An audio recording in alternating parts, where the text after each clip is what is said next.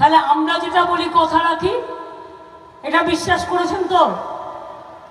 এবার আমি বলি সরকারি কর্মচারীদের, আপনাদের বলেছিলাম 1 মে থেকে 4% পে কমিশনের টাকাটা দেওয়া হবে। 1 মে মানে অ্যাকচুয়ালি টাকাটা আপনারা হাতে পাবেন 1 জুন, তাই তো? অঙ্কে তাই বলে, কিন্তু আমি তো আপনাদের দিদি হই, তাই আমি কি করলাম, আমি স্টেট আলোচনা করে আমরা এটাই ঠিক করলাম, এটা তো অলরেডি বাজেটে বলা আছে, আমরা 1 মে থেকে টাকাটা দেবো না, আমরা 1 এপ্রিল থেকে দেবো। তাহলে আপনি যখন 1 জুনে গিয়ে টাকাটা পাবেন, তখন আপনি ওই এপ্রিলের মাইনের সাথে ওই যে টাকাটা বাড়তি সেটা আপনি পেয়ে যাবেন।